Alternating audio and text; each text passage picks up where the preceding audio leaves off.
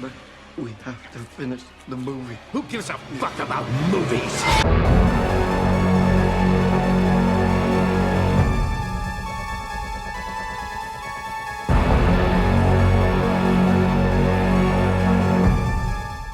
Bonjour à toutes et à tous, ici TFT et aujourd'hui, petite critique sur le film Ballerina, sorti en 2025 et réalisé par Len Wiseman. Censé être une sorte de midquel, entre guillemets, de la saga John Wick, donc c'est-à-dire un épisode qui se passe entre deux, voire plusieurs épisodes de la saga John Wick. Ici, bien évidemment, on est entre John Wick 2 et 3, si je ne dis pas de bêtises, et on suit ici le personnage de Eve Macaro, qui est jouée par Ana de Armas, qui est une actrice que j'ai découvert avec ce film. Je ne voulais absolument pas voir ce que faisait l'actrice ou ce que faisaient les acteurs avant. Évidemment, comme vous le savez, j'ai été très fan quand j'étais adolescent de The Walking Dead, donc notamment ça a été très plaisant et une excellente surprise au niveau de l'action et de la mise en scène de la présence de Norman Reedus, qui jouait Daryl Dixon dans The Walking Dead et qui continue à l'heure où je parle de jouer Daryl Dixon dans The Walking Dead. Daryl Dixon qui fait vraiment le taf. C'est un personnage qui est certes plutôt secondaire, mais c'est même tertiaire d'ailleurs, oui je devrais dire tertiaire, mais dont les phases d'action sont vraiment impressionnante. Également, je parle de personnages tertiaires, je vais bien sûr remonter l'échelon et je vais parler de personnages secondaires. Oui, vous le voyez venir, je vais parler de John Wick, incarné par Keanu Reeves, bien évidemment. Est-ce que ce film est un film de John Wick ? Non, absolument pas. Je dirais que le film est à 90% avec le personnage de Eve Macaro, donc du coup Ana de Armas bien sûr, mais oui il y a 90% et donc il y a 10% avec John Wick. Il a notamment à la fin du film 5 petites minutes à lui, on va dire, qui sont particulièrement brutales, particulièrement violentes, et comme je le disais en introduction, et c'est pour ça que je fais ma transition, merci au réalisateur de montrer enfin de la violence hardcore dans un film d'action. Comprenez-moi bien, je suis très fan de films d'action, vous connaissez le principe si vous traînez sur ma chaîne depuis longtemps, j'aime bien dire, certains films, j'aime bien faire bière pizza devant parce que voilà, c'est convivial, ça fait du bien, vous passez du bon temps, vous êtes bien, vous êtes posé, vous êtes au chaud devant votre film, et là, voilà, là on avait un petit peu cette chose-là avec les films Expendables la décennie dernière, donc c'est-à-dire de 2010 jusqu'à 2020 à peu près, on avait quasiment tous les films Expendables qui étaient comme ça. Mais là, ça fait du bien d'avoir cette violence qui est montrée à l'écran de manière chorégraphiée, etc. Ça prouve encore une fois, et c'est pour ça que cette critique ne porte pas sur le scénario qui est, on va dire, relativement cousu de fil blanc puisque c'est un scénario de vengeance, mais bel et bien une critique qui va parler de mise en scène et surtout de mise à l'écran. Et franchement, je m'attendais à tomber, alors moi et ma cervelle, je m'attendais à tomber dans un film, un énième film d'action en mode oui, c'est de la vengeance, alors voilà, je vais remonter pièce par pièce, membre après membre pour retrouver la personne qui m'a fait ça dans ma vie, etc. Et étrangement, je me suis laissé prendre au jeu. Il y a des retours scénaristiques qui sont particulièrement convenus, dirons-nous, on les voit venir à des kilomètres, mais il y a par exemple certaines choses qui sont très plaisantes à suivre.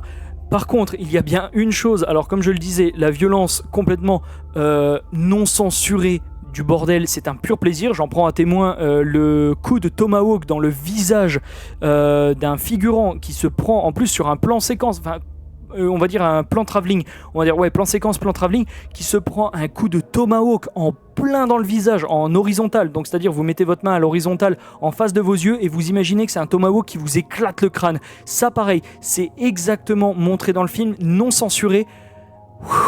Ça fait du bien, je souffle de bonheur. Enfin, un réalisateur qui n'a pas peur de montrer une violence de combat au corps à corps. Vous allez me dire, waouh, TFT, t'en fais des caisses pour ça.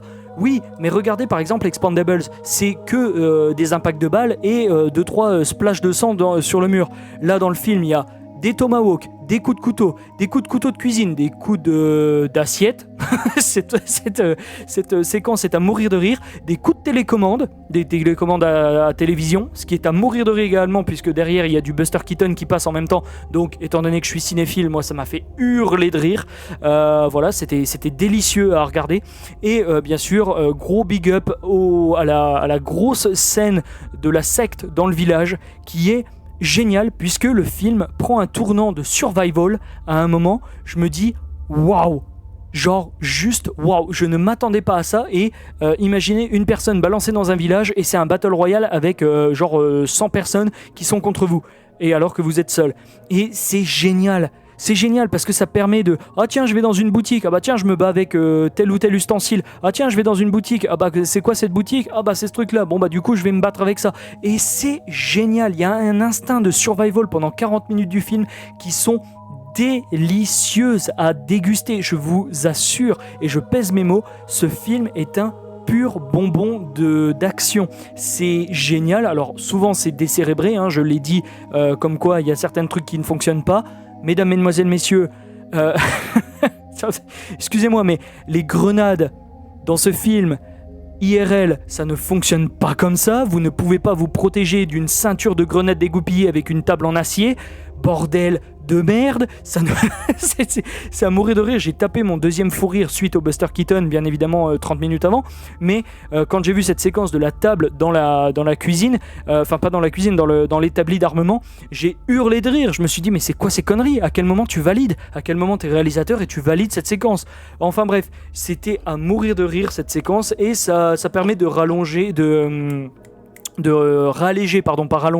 réalléger un petit peu le ton du film qui de temps en temps se prend un peu trop au sérieux. On se rappelle qu'on est dans un film d'action totalement convenu, avec un scénario qu'on voit venir à des kilomètres en mode viens avec moi si tu veux vivre, bonjour Terminator, mais voilà, c'est quasiment la même chose, voilà, et c'est génial. Juste franchement, c'est un film bière pizza, et si je pouvais me permettre humblement, comme toujours, de lui faire une petite note, je lui mettrais un bon gros 16/20 parce que c'est un gros divertissement.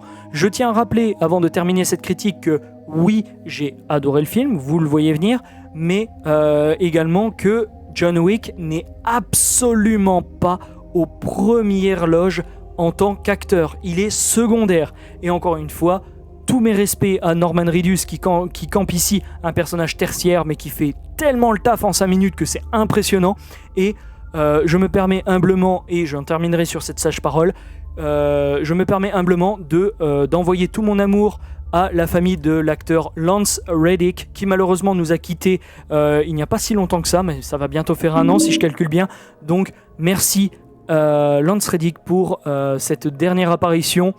Vous êtes probablement l'un des acteurs que j'apprécie le plus à avoir vu à l'écran. Merci à toutes et à tous, c'était TFT, et encore une fois, waouh, ce film dépote, et c'est vraiment génial. Allez le voir, c'est vraiment cool. Passez une bonne fin de journée, portez-vous bien, et surtout, oui, allez voir ce film, il est trop bien. Passez une bonne fin de journée, et à bien vite bien sûr.